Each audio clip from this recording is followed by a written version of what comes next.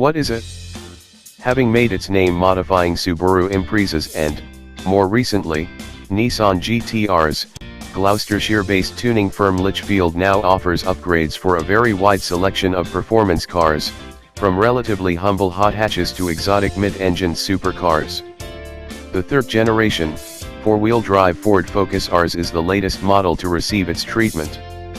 The package of upgrades includes drivetrain and chassis modifications that, according to company founder Ian Litchfield, not only make the Focus RS faster, but also more comfortable and better to drive on bumpy roads. Litchfield's Stage 2 engine upgrade, made up of a remap, a bigger intercooler and uprated exhaust system, increases the engine output to 410 bhp and 410 pounds-foot, gains of 65 bhp and 60 pounds-foot over the standard car. The chassis upgrades, meanwhile, are more intriguing still. Having worked closely with renowned suspension experts KW, Litchfield has developed a damper package that still works with the Focus RS's switchable suspension modes.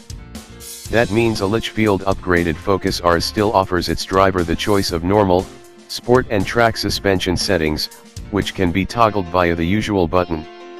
In all three modes, Litchfield's damper upgrade has been tuned to offer enhanced ride comfort and bump absorption, which should make the car better equipped to deal with tricky British back roads. What's it like? With more than 400 bhp, the engine does, of course, feel very strong indeed. Power delivery is very linear throughout the rev range and it pulls hard from as little as 2000 rpm, with sharp throttle response. Just like the standard motor, though, this is an effective rather than evocative power unit.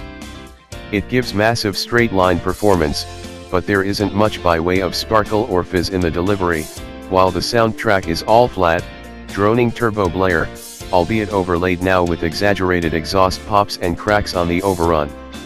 With more power for the four-wheel drive system to deal with, there is a little more tramlining on a wide-open throttle than before, particularly on very rutted surfaces, with the front end tugging itself across the width of the road. But in every other ride and handling measure, the Litchfield Focus RS is a very good improvement over the standard car. The ride quality in normal mode is better now, and in sport, the chassis also deals with those sharp, pointed bumps in the road surface that make the standard car feel skittish at times. In track mode, meanwhile, and with the dampers in their firmest setting, there is actually enough fluency and compliance to cope with a reasonably broken B road. By way of comparison, the standard Focus RS actually feels too uncompromising in its stiffest mode for even very smooth race tracks. This means there's now a whole other suspension mode that you would actually consider using on the road. Litchfield has done very well to preserve the standard car's remarkable balance and agility. The steering, not so much the feel of the rack or the level of feedback, but more the response of the front end, is truly staggering. The car darts into corners with the precision and immediacy of a tarmac rally car. It makes you think you couldn't possibly turn into a corner too quickly. That's backed up by the sweetest chassis balance of any hot hatch on sale. The instant the front end is locked onto a line, the rear end yaws around fractionally so that you don't so much slice through bends as sweep around them. In reality, the rear end is only sliding a very small amount, but it gives the impression of the Focus RS being one whole piece, rather than a front axle followed by a rear axle.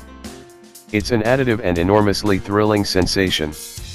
The Focus RS, particularly with 410 bhp, is colossally fast along a twisting road. In fact, after every dash between the hedgerows, you emerge utterly convinced that nothing, no supercar or lightweight special, could possibly have kept up. You'd be wrong, of course, but it's a mightily impressive trick. Perhaps the car's biggest weakness, in both standard and Litchfield specification, is the height at which the driver's seat is set. For the first 5 miles, you're certain somebody must have jacked it up to its highest possible setting, that you must be able to lower it, but, in fact, that's just where it's fixed. With time and familiarity, though, you get used to it.